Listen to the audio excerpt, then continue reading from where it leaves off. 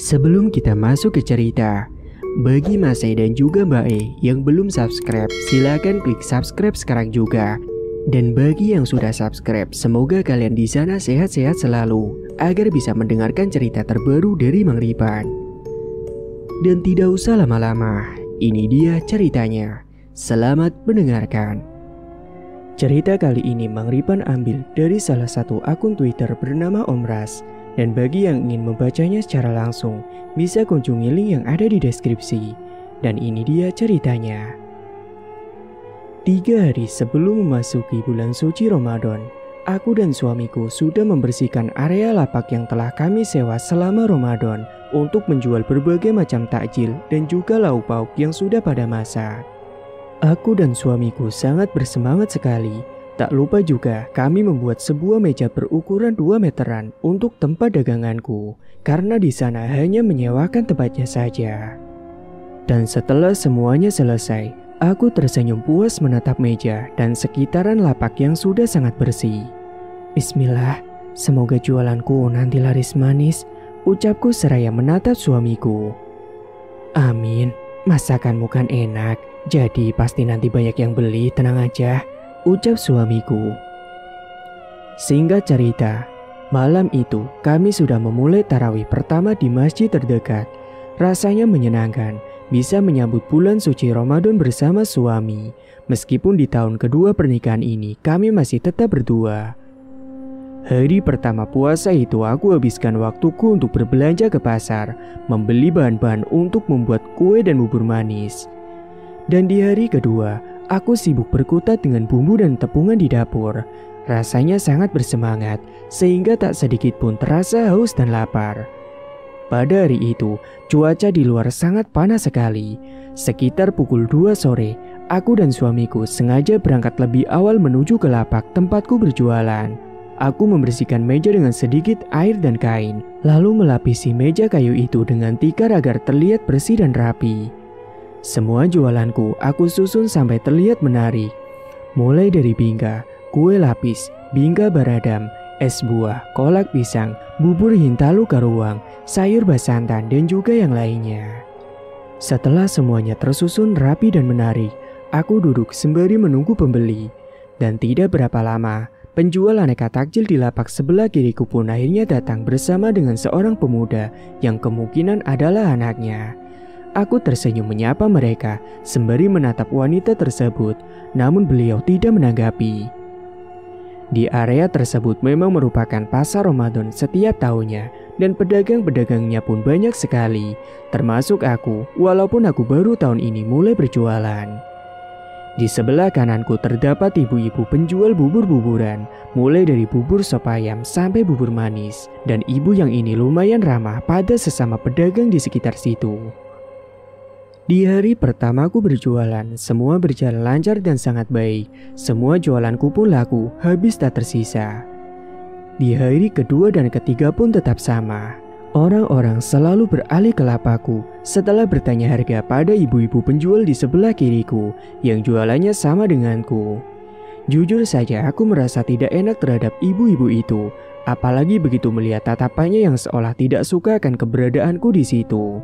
Bahkan aku pernah beberapa kali mendengar langsung saat beliau menjelek-jelekan jualanku, tapi aku tidak membalasnya. Mas, aku merasa gak enak mas sama ibu-ibu yang jualan di lapak kiri kita, ucapku di suatu malam pada suami. Namun aku enggan untuk menceritakan secara keseluruhan tentang daganganku yang selalu dijelek-jelekan.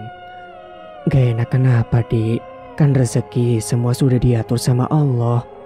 Aku pun menghela napas panjang. Apa yang dikatakan suamiku itu memang benar. Karena nyatanya, tak peduli seberapa keras ibu itu menjelek-jelekan daganganku, tapi orang-orang tetap banyak yang memilih berbelanja di tempatku. Singkatnya, malam itu merupakan malam ke-7 Ramadan. Dan di malam itu, anehnya aku mulai merasakan ada sesuatu yang tidak beres. Mulai dari aku dan suami yang bermimpi aneh, rumah kami yang biasanya adem, kini mendadak gerah dan panas. Bahkan kipas angin pun sampai kuhidupkan semuanya. Namun rasa gerah itu tidak kunjung mereda. Dan pada pukul 3 dini hari, aku terbangun dan mulai mempersiapkan makanan untuk sahur. Tiba-tiba saja aku mendengar ada suara keretekan di atas atap, mirip seperti langkah puluhan tikus yang sedang berlarian. Bulu kuduku pun langsung merinding seketika. Entah apa itu tadi, dan anehnya suara itu hanya terdengar sekali saja.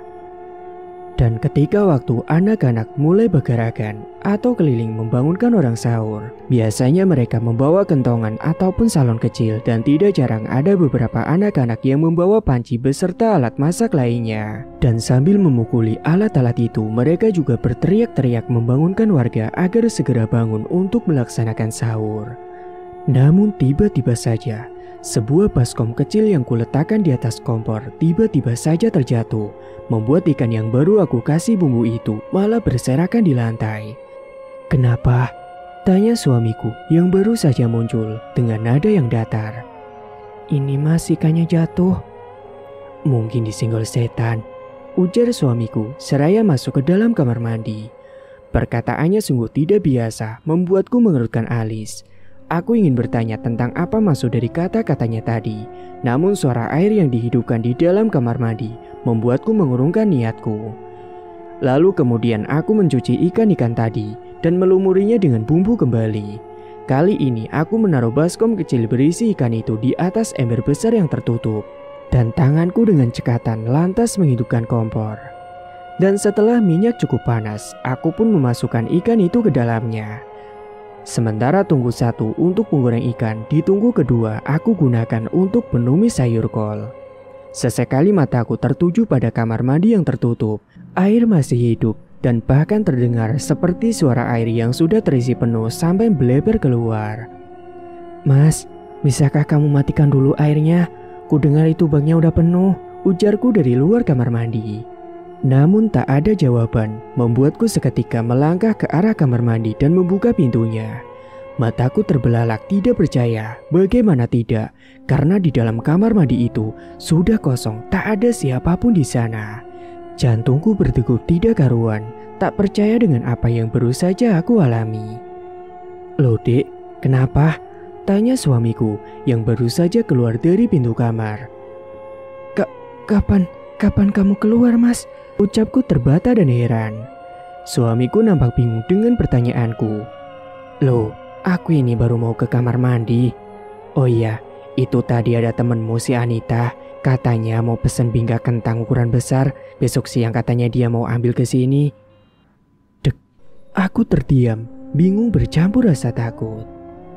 "Lah itu tadi apa yang kamu goreng? Sudah tidak ada bunyinya. Jangan-jangan gosong tuh," tegur suami seraya menepuk bahuku. Aku pun kemudian bergegas berjalan menuju ke arah kompor, dan benar saja, ikan yang kugoreng separuh bagiannya sudah gosong kehitaman. Kemudian setelahnya, dari arah kamar mandi terdengar suara suamiku yang sedang bernyanyi, diikuti dengan suara guyuran air. Aku pun menghela napas panjang tentang apa yang baru saja aku alami, dan kemudian aku berusaha melupakan apa yang baru saja aku alami. "Apa mungkin aku kelelahan ya? Makanya banyak berhayal," batinku kala itu.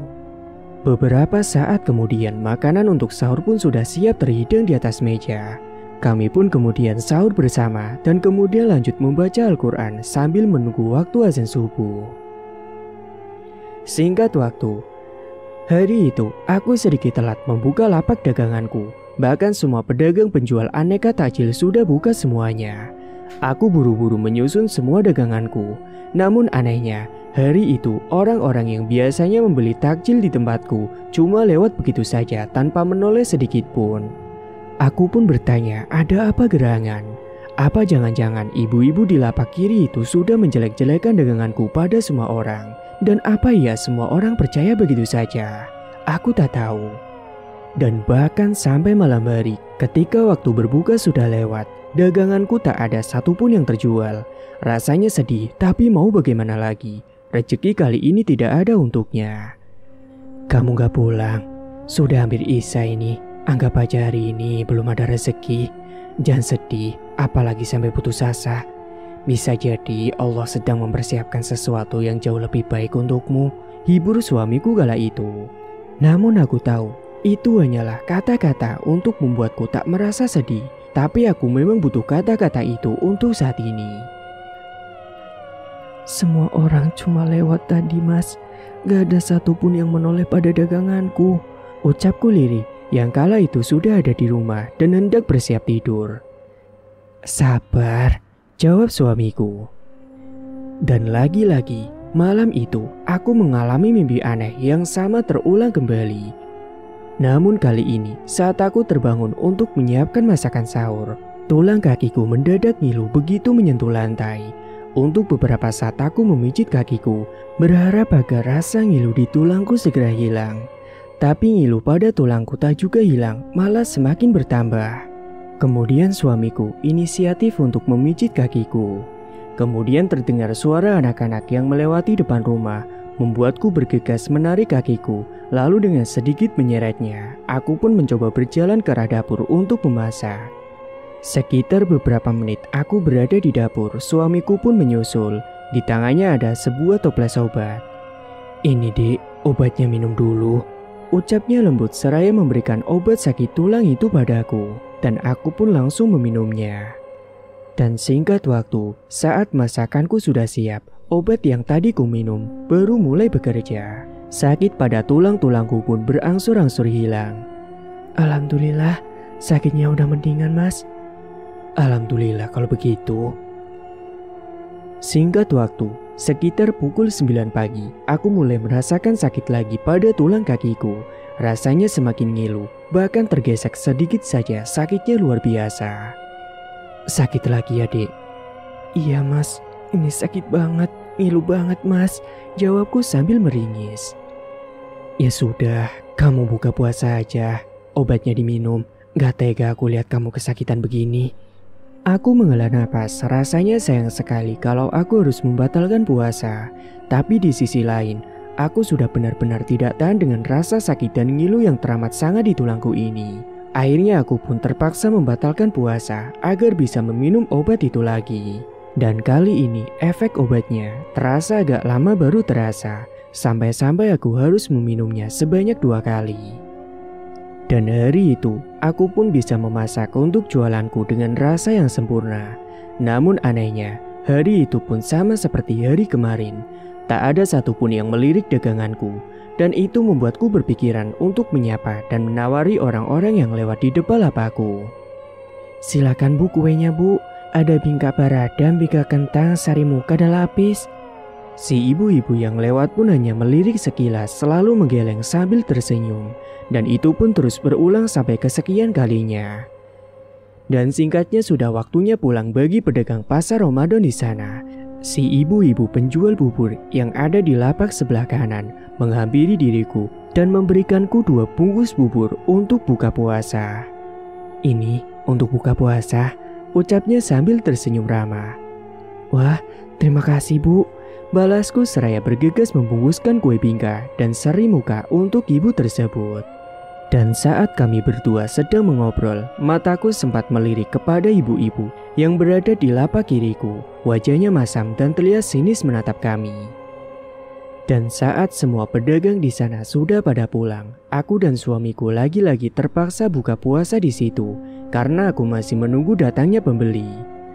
Dan singkatnya karena masih sepi saja tak ada yang beli, akhirnya kami pun memutuskan untuk menutup lapaknya. Dan ketika akan menutup jualanku, rasa sakit tulang kakiku mendadak kambuh kembali. Rasa ngilunya bercampur dengan rasa perih yang teramat sangat, membuat diriku tak kuasa menahan tangisku lagi. Aku pun terisak dalam pelukan suamiku. Kamu tunggu dulu di sini sebentar ya. Aku mau cari obat dulu ke warung. Semoga masih ada yang buka. Sebelum pergi, suamiku kembali menatap ke arahku. Aku tahu ia tidak tega meninggalkanku di sini sendirian dengan keadaan seperti itu. Dan cukup lama aku menunggu dengan rasa sakit pada tulangku yang kian menyiksa. Akhirnya suamiku pun telah datang. Melihat plastik kecil yang ia bawa, aku menghela napas lega. Akhirnya kesakitan ini akan segera berakhir. Dan tanpa pikir panjang, aku lantas menegak 2 pasang obat sakit tulang itu sekaligus, berharap agar sakit tulangku segera hilang. Namun, walau sudah setengah jam berlalu, rasa sakit itu tak juga menghilang. Padahal efek obatnya sudah membuatku mengantuk. Masih sakit? Tanya suamiku saat melihatku hendak meminum obat itu lagi. Masih Mas. Mungkin belum bereaksi aja. Jangan diminum lagi obatnya, nanti overdosis. Ujarnya seraya mencegat tanganku yang sudah siap-siap untuk memasukkan obat ke dalam mulut. Singkatnya sekitar pukul 9 malam, kami baru sampai di rumah. Tubuh rasanya letih, getar-getar karena efek obat yang kebanyakan. Ditambah juga pikiran yang kacau karena daganganku tak ada yang laku satupun. Kalau masih sakit, sebaiknya besok kamu gak usah jualan dulu. Kalau gak jualan nanti rugi mas. Siapa tahu besok rezekiku banyak. Lagi pula kalau di rumah aja rasanya bosan. Kamu kan gak selalu ada di rumah. Kemudian aku pun mencoba untuk memejamkan mata. Namun anehnya aku tak bisa tertidur meskipun rasanya sangat mengantuk.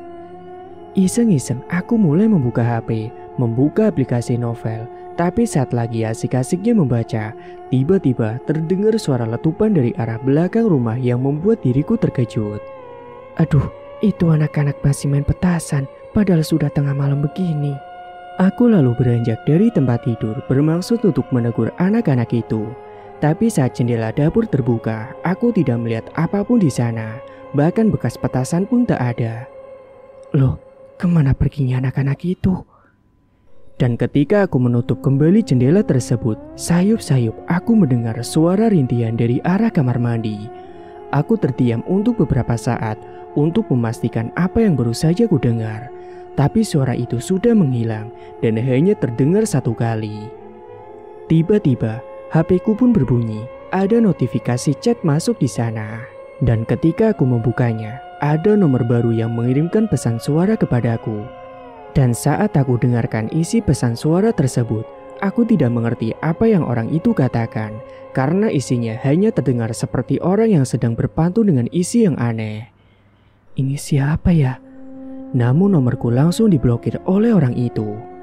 Dan tiba-tiba sesaat kemudian, sebuah gelas yang berisi minyak bekas terjatuh dari meja kompor. Padahal tidak ada angin ataupun sesuatu yang menyenggol gelas tersebut. Merasa keadaan semakin aneh, aku lantas berlari ke dalam. Cepat-cepat kututup pintu kamar. Suamiku masih tidur sambil memeluk guling. Namun aku rasa ada yang aneh pada guling itu. Bagian atas dan bawahnya diikat seperti pocong. Padahal seingatku, aku tidak punya guling seperti itu. Dan saat suamiku berbalik dan melepaskan guling tersebut, dalam penglihatanku, guling itu mendadak keluar wajah hitam dengan bola mata putih yang menatapku. Sontak aku pun langsung menjerit sejadi-jadinya.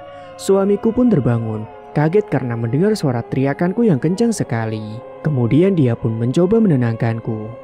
Gulingnya tadi jadi pocong. Pocong apa dek? Aku gak ngerti. Ini kan memang guling sayang, bukan pocong. Dan setelah agak sedikit tenang, suamiku pun kemudian menyuruhku untuk tidur. Sementara dia duduk dan menungguiku di dekat kasur. Singkat waktu, suara riuh anak-anak muda yang sedang bagarakan lewat di depan rumah membuat diriku terbangun. Aku melihat ke sekeliling, namun rupanya suamiku sudah tidak ada di kamar. Kemudian aku berjalan keluar kamar dan mendapati suamiku tengah memasak di dapur sambil mendengarkan ceramah yang diputar dari YouTube. Loh dek, kamu sudah bangun? Aku sengaja gak bangunin kamu tadi. Habisnya kamu tidurnya nyenyak banget. Mas, aku mimpi buruk lagi. Kata orang kalau mimpi buruk itu harus ditalak saat kamu BAB, biar mimpinya gak jadi kenyataan, kata suamiku setengah bergurau. Tapi aku menanggapinya dengan serius dan mempraktekkan apa yang dikatakan suamiku setelahnya. Memang tidak masuk akal, tapi aku benar-benar tidak ingin mimpi buruk itu menjadi kenyataan. Dan aku akan melakukan apapun untuk mencegahnya. Terus bagaimana kakimu? Apakah masih sakit? Sudah tidak sesakit sebelumnya mas, tapi ngilunya masih ada. Nanti setelah makan kamu minum lagi saja ya obatnya. Dan singkat waktu pagi harinya sekitar pukul 10-an, aku memeriksa kue-kue yang akan kujual lagi nantinya. Namun hampir semua kue-kue itu basi dan berlendir. Ya Allah, semuanya sudah basi. Apa aku berhenti aja ya jualan di pasar Ramadan? Gumamku kala itu. Akhirnya hari itu pun aku tak pergi berjualan dan hanya menghabiskan waktunya untuk membaca cerita di beberapa aplikasi. Hingga beberapa saat kemudian, ada sebuah chat masuk dari temanku yang bernama Syria. Aku pun seketika berseri-seri ketika melihat isi chat tersebut, dan aku pun mengucapkan hamdalah. Aku kemudian bergegas menelpon suamiku untuk minta diantarkan belanja ke pasar untuk membeli bahan-bahan yang dia butuhkan. Halo, assalamualaikum. Mas, tadi Ria chat, katanya dia mau pesen 10 loyang bolu, ayam bumbu ungkep dan jengkol balado. Jadi hari ini aku mau beli bahan-bahannya dulu, karena uang mukanya sudah dia transfer, Mas. Alhamdulillah, baiklah, aku akan pulang dulu, nanti aku akan ngantar kamu ke pasar. Aku pun kemudian menunggu kedatangan suamiku dengan wajah berseri bahagia. Akan tetapi, saat suamiku baru sampai, aku mulai merasa mual dan pusing. Punggungku pun terasa berat. Aku pun jatuh sakit. Loh, kamu kenapa, Dek? Enggak kena. Belum sempat aku menyelesaikan perkataanku, tiba-tiba aku pun terjatuh pingsan. Suamiku yang panik melihat aku pingsan, dia langsung berusaha mengangkat tubuhku dan membawanya masuk ke dalam rumah. Tapi anehnya, kala itu tubuhku seperti terasa berat sekali, tidak seperti biasanya. Hingga hampir 2 jam lamanya, aku pun tak kunjung siuman, membuat suamiku menjadi sangat khawatir. Dan singkatnya, saat aku sudah tersadar dari pingsan, aku sudah melihat suamiku tengah tertidur dengan posisi duduk, dengan tangannya yang menggenggam tanganku. Lampu pun sudah dinyalakan, yang berarti sudah memasuki waktu malam hari. Aduh, sudah malam, gimana pesanannya Ria? Keluhku kala itu. Alhamdulillah kamu sudah sadar, Dek. Aku khawatir sekali tadi. Mas, pesanan Ria gimana ya? Mana uang mukanya sudah dia transfer lagi? Memangnya kapan dia mau ambil pesanannya? Besok sore, Mas. Tapi yang dia pesan itu banyak. Aku takut waktunya gak cukup, karena kan harus belanja bahan-bahannya dulu ke pasar. Kalau gitu begini aja, nanti kamu tulis semua bahan-bahan yang kamu butuhkan, biar aku saja yang dibelikan di kota. Kota yang dimaksud si suamiku adalah kabupaten tempat kami tinggal. Tapi Mas, kota kan jauh. Gak apa-apa, demi kamu jangankan ke kota, ke planet Mars aja akan aku tempuhi. Aku pun tersipu mendengar gombalan suamiku. Tapi kamu yakin akan baik-baik aja kalau aku tinggalin? Iya Mas, gak apa-apa. Tadi itu aku cuma kelelahan. Dan setelah catatan berisi daftar bahan-bahan yang dibutuhkan sudah siap, suamiku pun kemudian berangkat. Tapi sebelum itu, ia lebih dulu mampir ke rumahnya si Wiwin, temanku yang rumahnya tidak begitu jauh. Suamiku meminta tolong agar wanita itu mau menemani istrinya yang sedang sendirian di rumah. Dan singkat waktu, bau gosong dari rambut yang dibakar menyeruak di dalam ruangan tersebut. Wiwin terlihat terganggu dengan bau itu, sehingga membuatnya keluar untuk memeriksa ada apa gerangan di luar rumah. Apa para maling ayam sudah beroperasi di bulan puasa ini? Gumamnya setelah berada di luar rumahku. Hingga beberapa saat ia menengok ke arah kiri dan kanan, tak ada satupun orang di luar. Maklumlah, saat itu orang-orang lagi pada tarawih, jadi jalanan nampak lenggang dan sunyi. Itu hantuin, ujarku yang entah bagaimana dengan tiba-tiba saja sudah berada di belakangnya si Wiwin. Ih, kamu itu macam-macam aja. Mana ada setan di bulan puasa? Setan itu dikurung pada bulan puasa gini. Setelahnya Wiwin pun memutuskan untuk masuk ke dalam rumah, meninggalkan diriku yang ada di luar. Win, tunggu. Kemudian aku pun menyusulnya. Setelahnya aku menutup pintu rumah dan langsung menguncinya. Perasaannya agak lain saat itu. Padahal biasanya ia juga tinggal sendirian di rumah kalau suaminya sedang pergi. Tapi akhir-akhir ini suasana rumahnya itu jauh berbeda dari sebelumnya. Rasanya asing dan selalu terasa ada seseorang yang memperhatikannya dari sudut ruangan paling gelap. Aku pun kemudian memutar musik dengan cukup keras di HP dan menutupi seluruh tubuhku dengan selimut. Dan tiba-tiba saja terdengar suara benda berjatuhan dari arah luar kamar, diikuti suara petasan yang meletup di area samping rumah. Dan di saat-saat seperti itu jugalah perutku mendadak mules dan terasa sangat ingin buang air besar. Akhirnya mau tak mau, aku pun terpaksa harus menuju ke kamar mandi dengan berjalan pelan-pelan.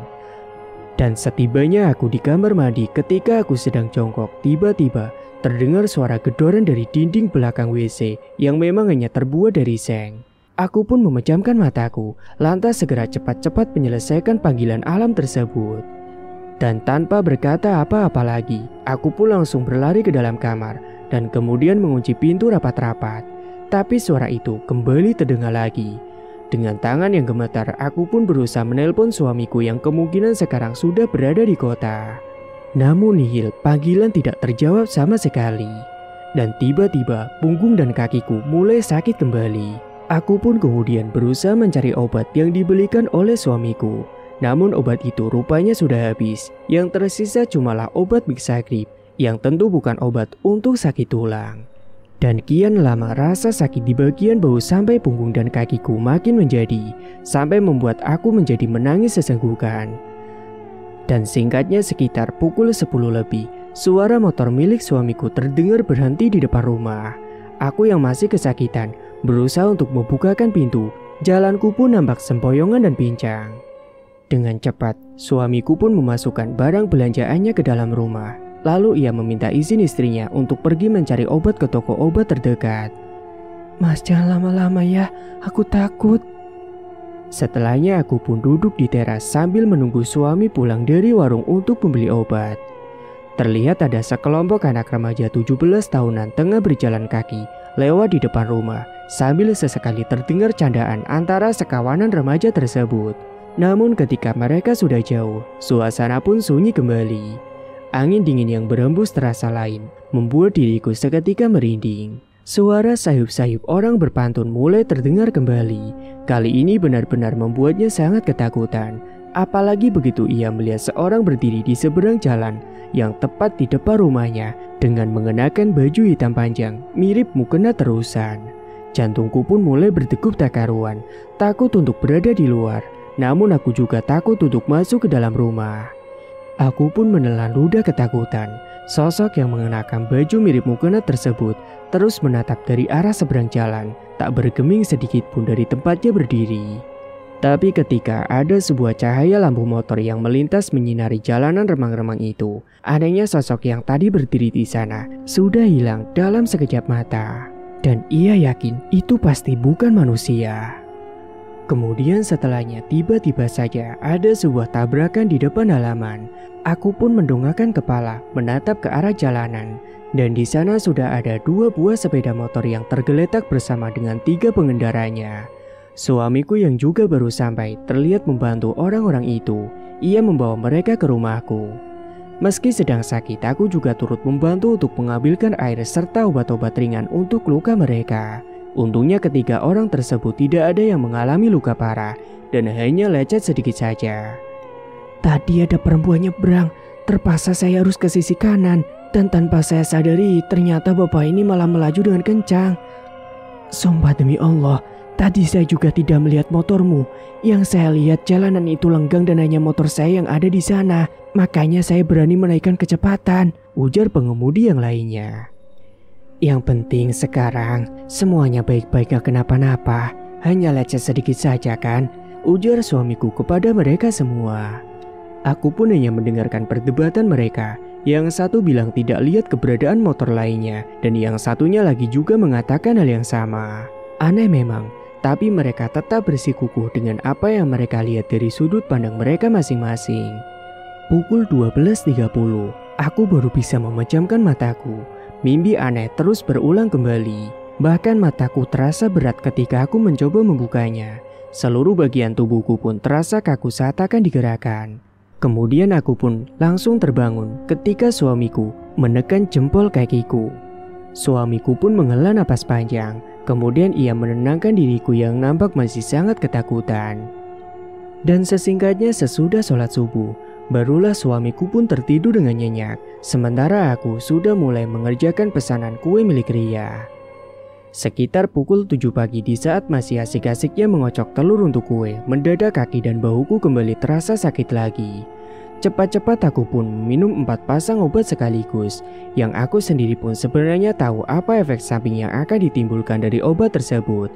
Namun aku tak peduli, yang aku inginkan saat itu hanyalah menyelesaikan pesanan itu secepat mungkin tanpa gangguan sakit tulang. Dan sekitar pukul 12 siang, sebagian pesanan sudah berhasil diselesaikan, tinggal beberapa lagi. Di saat sibuk membuat bumbu-bumbu ayamnya, beberapa kali aku mengalami hal yang cukup aneh. mulai dari potongan ayam yang hilang pada bagian-bagian tertentu, dan beberapa peralatan dapur lainnya juga berpindah posisi dengan sendirinya. Padahal ia yakin tidak memindahkan benda itu sebelumnya. Dan singkatnya sekitar pukul 4 sore Ria datang bersama suaminya yang merupakan pedagang antar daerah. "Loh, wajahmu pucat banget. Apa kamu baik-baik aja?" tanya si Ria padaku. "Aku baik-baik aja kok. Maaf ya, jam segini pesananmu belum juga selesai." "Iya, gak apa-apa, masih ada waktu kok sampai buka puasa nanti." Dan seperti perempuan pada umumnya, Ria pun kemudian mulai memfoto dan memvideokan kue-kuenya. Dan tidak lupa ia juga berfoto denganku. Namun anehnya, fotoku terlihat blur di bagian kepala, dan itu terjadi di semua fotoku. Sementara pada fotonya si Ria nampak baik-baik saja. "Rumahmu rasanya sekarang agak panas ya," ucap si Ria.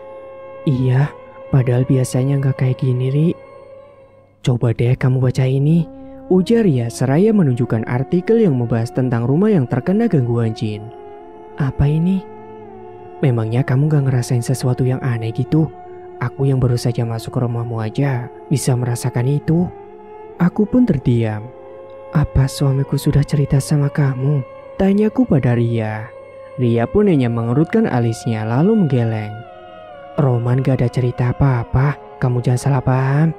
Aku pun tersenyum mencoba membenarkan raut wajahku yang tadi tiba-tiba saja berubah sinis. "Nanti kamu kalau ada perlu apa-apa kamu hubungin aku aja ya.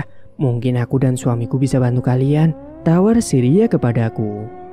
Kemudian aku pun tersenyum mengangguk. Pesanan terakhir pun sudah selesai.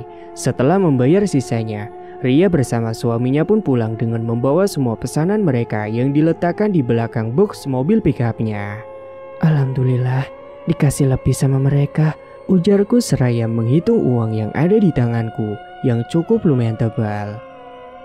Malam itu karena aku kelelahan, aku pun tidur lebih awal. Bahkan aku tak sempat sholat maghrib dan isya. Saat tiba waktunya sahur, suamiku pun membangunkan diriku. Namun aku tak mau terbangun dengan alasan bahwa aku baru saja merasakan tidur nyenyak setelah beberapa hari lalu tidur dalam ketakutan. 3 hari ini, sikapku berubah drastis. Dari yang tak pernah telat sholat 5 waktu, kini menjadi ogah-ogahan dan banyak alasan. Sampai-sampai puasa pun ya sudah tak mau lagi. Aku juga sekarang jadi mudah marah pada suaminya. Padahal aku yang dikenal Rahman tidak pernah sekalipun meninggikan nada bicaranya di hadapan sang suami. Tapi beberapa hari ini, aku nampak berbeda. Sikapku berubah menjadi seseorang yang tak dikenal atau asing. Bahkan di pasar Ramadan itu, aku juga sempat memarahi balik ibu-ibu yang mengatakan kalau salah satu kueku ada telur lalatnya. Bahkan dengan kasarnya, aku pun melemparkan kue tersebut ke arah ibu-ibu yang berada di lapak kiri. Karena ia menduga bahwa itu adalah ulah dari si ibu-ibu tersebut untuk menjelek-jelekan dagangannya. Adu mulut antara keduanya pun tak bisa dihindari. Sikap yang sebelumnya kalem kini berubah menjadi ganas dan mengerikan. Dan singkatnya setibanya di rumah, "Kamu kenapa sih ya? Sampai segitunya?" bentak Rohman untuk pertama kalinya setelah cukup lama berumah tangga bersamaku. "Dia sendiri yang mulai. Dia menjelek-jelekan daganganku. Dan aku hanya memberi pelajaran buat mulutnya yang busuk itu. Apa aku salah?" "Caramu yang salah. Kan bisa kamu bilang baik-baik. Atau kalau enggak ya berhenti aja berjualan di situ. Daripada nyari masalah dan ribut sama orang." Aku pun mendengus kesal mendengar ucapan suamiku yang aku anggap terlalu membela orang lain tersebut. Dan sebelum aku tidur, aku meminum obat sakit tulang kembali. Namun kali ini dengan jumlah yang sangat banyak. Hingga dalam beberapa saat setelahnya, aku pun sudah mulai kehilangan kesadaran. Untungnya saat aku masuk ke dalam kamar, pintu tidak kukunci. Sehingga suamiku tidak terlambat ketika berhasil menemukan diriku dan melakukan pertolongan pertama. Ia meminumkanku dengan air kelapa sisa yang ada di dalam kulkas. Namun aku tak kunjung sadarkan diri, sehingga mengharuskanku untuk meminta bantuan pada orang lain. "Halo Ria, Assalamualaikum. Ini aku, istriku sepertinya overdosis obat. Aku mau minta tolong sama kalian untuk membawanya ke klinik." Singkatnya tidak berapa lama kemudian, Ria bersama suaminya datang dengan mobil pribadinya. Mereka kemudian membantu mengangkat tubuhku yang terasa sangat berat. Bahkan bertiga yang mengangkatnya pun masih saja kewalahan. Namun itu bukan masalah yang berarti bagi mereka. Yang sangat penting saat itu adalah untuk tiba di klinik atau ke rumah sakit dekat tepat waktu agar aku bisa selamat. Suami Ria terlihat menenangkan suamiku yang tak henti-hentinya menangis. Sementara Ria membelikan 2 gelas kopi dan teh hangat untuk mereka bertiga. "Memangnya ada apa? Kenapa dia sampai seperti itu?" tanya Ria pelan pada suamiku. "Dia marah padaku, Ri." Dan singkatnya setelah keadaan sudah jauh lebih tenang, Ria mulai menanyakan apa penyebab diriku marah sampai membuat dirinya itu dalam berbahaya. Akhirnya suamiku pun mau tak mau ia menceritakan apa yang terjadi dari awal sampai pada istrinya itu overdosis. "Nah kan, betul dugaanku itu. Coba kamu lihat ini. Semua foto-foto barunya yang kuambil dari hari itu blur semua. Dan anehnya yang blur cuma itu di bagian bahu dan kepala. Nah ini, kalau seperti ini blurnya nampak biasa saja kan? Tapi coba kita zoom. Di bagian yang blur ini mirip seperti tangan seseorang kan?" ujar Ria menunjukkan foto-foto itu pada si Roman. Roman pun mengamati gambar itu dan alisnya seketika mengerut begitu melihat bentuk tangan yang terdapat di foto istrinya. "Ya Allah, apa ini? Kurasa istrimu kena guna-guna atau santet dan semacamnya. Apa kalian pernah bermasalah sama orang?" Suamiku pun menggeleng dengan cepat. "Kurasa tidak. Kau tahu sendiri kan sifat istriku bagaimana. Hanya akhir-akhir ini saja dia berubah jadi kasar dan seenaknya." Ria menghela napas. Ia kemudian menatap suaminya sendiri. "Mas, temanmu yang waktu itu apa mungkin dia bisa membantu?" ucapnya pada suaminya. "Yang mana?" "Itu loh yang waktu itu kita ketemu di Sampit. Dia yang bantuin kita nyari penjual kelapa. Masa kamu lupa sih? Aduh, mana aku juga lupa namanya." "Oh iya aku ingat. Si Rudi maksud kamu. Sebentar ya, coba aku telepon dulu." Ria pun mengangguk. Obrolan mereka pun berlangsung cukup lama. "Gimana mas?" tanya Ria saat telepon sudah ditutup. "Besok dia akan datang. Itu pun kalau kerjanya selesai hari ini." Roman pun menarik napas panjang. Wajahnya terlihat sedikit kecewa mendengar jawaban dari suaminya si Ria. "Tenang aja. Yang aku tahu tentang laki-laki itu, dia memang tepat waktu dan gak macam-macam. Jadi kalau dia bilang besok, pasti besok dia juga akan datang," hibur Ria pada Roman.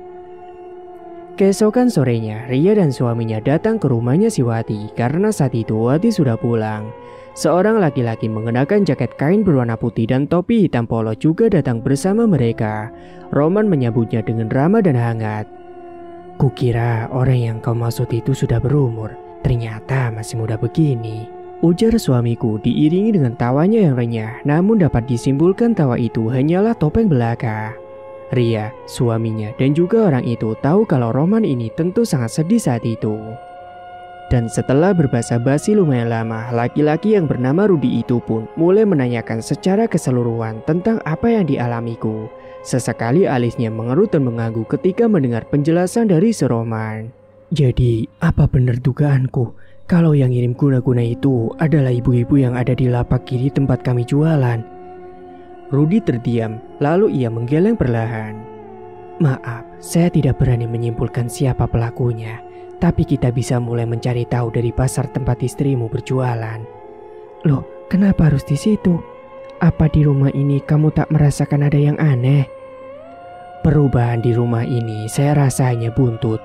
Yang perlu saya cari tahu adalah pangkalnya." "Baik, kapan saja kamu mau ke pasar akan aku antarkan." Singkatnya sekitar pukul 4 sore mereka bertiga pun berangkat ke pasar. Rudi kemudian menatap meja tempat Wati berjualan dan di sebelah kiri terlihat ibu-ibu itu tengah memperhatikan si Rudi. Beberapa kali Rudi memfoto tempat jualan dan sekeliling tempat tersebut, lalu kemudian menunggu beberapa saat kemudian. Kemudian notifikasi WhatsApp masuk. Rudi pun bergegas membuka pesan itu. Ia nampak mengangguk lalu menelpon seseorang melalui panggilan video. Ia kemudian mengarahkan kameranya ke arah lapak dan kemudian terdengar suara anak kecil mengarahkan dirinya untuk berjongkok di bagian kaki kanan meja. Dalam situ bah, ujar anak kecil itu.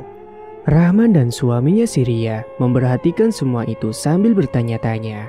Dan sekitar 5 jari di dalam tanah terdapat buntalan kain putih. Rudy mengambilnya dan memasukkan benda tersebut ke dalam tas selempangnya. Terlihat wajah ibu-ibu di lapak kiri berubah seketika ketika melihat benda tersebut. Mungkin apa yang dikatakan istriku benar, ujar suami Ria pada si Rohman. Entahlah, tapi mungkin saja iya. Sementara di rumah, aku yang tadi terlelap tidur malah kemudian meraung-raung kesakitan. Loh, kamu kenapa? Apa yang sakit? Aku pun mengeluhkan kaki dan juga pundakku yang tiba-tiba seperti terasa ditusuk-tusuk. Ria bingung, beberapa kali ia mengepalkan tangannya yang sudah mulai berkeringat, panik, khawatir dan takut. Ia bahkan tidak tahu apa yang harus dilakukannya pada saat itu. Untungnya tak lama kemudian suaminya datang bersama dengan Roman dan Rudy. Rudy meminta air di dalam gelas, selalu meneteskan sesuatu dari botol kecil ke dalam gelas tersebut, kemudian menyuruhku untuk meminumnya. Setelah diminumkan dengan air tersebut, aku pun mulai berangsur tenang. Kemudian Rudy berjalan keluar rumah dan membuka buntalan kain tersebut yang berisi antara lain adalah jarum, paku, rambut, kain putih kecil dan sejumput tanah yang ia kira itu adalah tanah kuburan. Ia tahu ini bukan sekedar guna-guna atau penghalang penutup rezeki, karena ia tahu betul di daerah itu tidak memakai media benda-benda seperti ini untuk menutup rezeki pedagang saingan. Karena biasanya penutup rezeki yang sering dijumpai di daerah itu hanyalah berupa air putih yang sudah dimantrai. Jadi ada kemungkinan bahwa pelaku ini tidak berasal dari daerah tersebut. Benda itu pun kemudian Rudy bakar hingga menjadi abu dan hanya menyisakan paku yang sudah berkarat. Ia lagi-lagi melakukan panggilan video call dengan anak kecil yang suaranya terdengar aneh. Namun ketika kamera diarahkan kepada diriku, anak kecil itu berteriak histeris dan menangis meminta agar HP-nya dijauhkan darinya. Rudy terduduk, ia menatap jam pada layar HP-nya, sudah menunjukkan 5:30 sore. Suami Ria masuk ke dalam rumah membawa beberapa bungkus makanan dan juga kue yang tadi dibelinya untuk buka puasa. Dan malam harinya mereka berjaga di rumah. Beberapa kali Rudy yang duduk di teras bersama suaminya Ria melihat sebuah kendaraan yang bolak-balik lewat di jalanan depan rumah. Itu orang nyari sesuatu yang tercecer atau gimana? Dari tadi bolak-balik terus. Biarin aja, ujar Rudy yang memang juga mempunyai kecurigaan pada orang-orang tersebut, namun ia enggan untuk mengungkapkannya. Oh iya, bisa aku minta tolong sama istrimu buat difotokan perempuan yang sakit itu? Ujar Rudy seraya memberikan HP-nya pada suami Ria yang segera beranjak dari duduk dan berjalan masuk ke dalam rumah. Ia yang sedari tadi sore sudah penasaran dengan isi HP temannya itu pun lantas terlebih dulu membaca isi pesan WhatsApp-nya. Alisnya mengerut ketika membaca chat tersebut. HP siapa? Tanya Ria. HP Rudy, coba kamu baca chatnya. Ini maksudnya apa ya? Kayaknya ini istrinya deh. Coba aja lihat namanya. Sayangku. Ini artinya istriku kan? Iya, aku tahu ini istrinya. Tapi arti isi chatnya ini apa? Rudy pun kemudian masuk ke dalam rumah dan membuat pasangan suami istri itu pun tersebut langsung menjadi kiku. Maaf Di, aku tadi baca pesan WA-mu. Rudy mengangguk dan kemudian tersenyum. Gak apa-apa, itu istriku, aku jujur saja ya. Sebenarnya penglihatanku tentang mereka itu samar-samar. Kadang bisa, kadang tidak. Mungkin karena aku masih baru-baru menerjuni hal gaib seperti ini. Aku masih belajar untuk memperdalam pengetahuanku tentang mereka. Sejak anak pertamaku itu lahir, ketika istriku melakukan USG, hasilnya anak kembar. Dan waktu diurut dengan bidan kampung pun, katanya anak kembar. Tapi anakku yang satunya diambil dan diasuh oleh teman ayahku yang bukan manusia ketika usia kandungan istriku 7 bulan.